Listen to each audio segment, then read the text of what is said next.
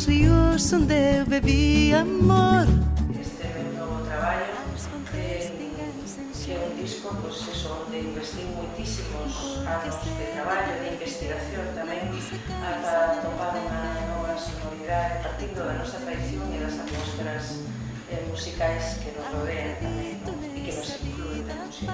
Este traballo naceu un día que nos chamaron de Nordesía, un día acercaronse por ali, Luxía, e logo Quim Fariña tamén, que fixo todo o traballo de fotografía, de intervención artística. Entón nos teñamos que buscar a forma de xuntar todo eso nun único obxecto que é ese disco casi libro de Nos brazos do tempo, desde longe já tan perto.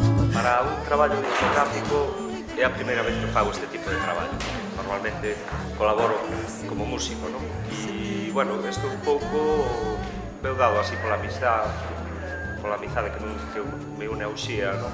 E foi de algún xeito que fixo que ela me encargara este traballo. Utilicei estes materiales que simbolizan a filosofía de trasfondo do disco de Uxía, da música de Uxía, non? Que de algún xeito recolle tamén influencias de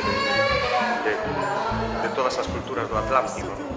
E dese xeito tamén estes materiales estuveron rulando polo mismo mar, durante séculos. Musicalmente foi moi laborioso porque Paulo Borges, que foi o coproductor do disco, e eu tratamos de buscar unha sonoridade que non estivese en discos anteriores. Tratamos de empregar sonoridades que non fosen moi explícitas, non?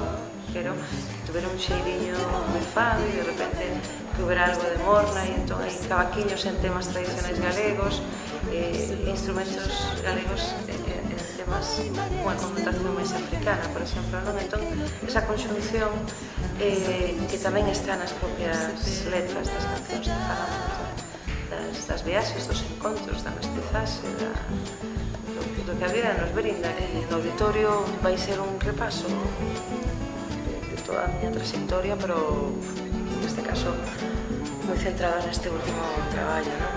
Vai ser un concerto especial onde vou presentar unha nova banda, onde vou ter convidados especiais que xa estiveron presentes no disco e que neste caso van a aportar, eu creo que, bueno, pues diversidade, nunca mellor dito, por un ciclo e colorido a este concerto.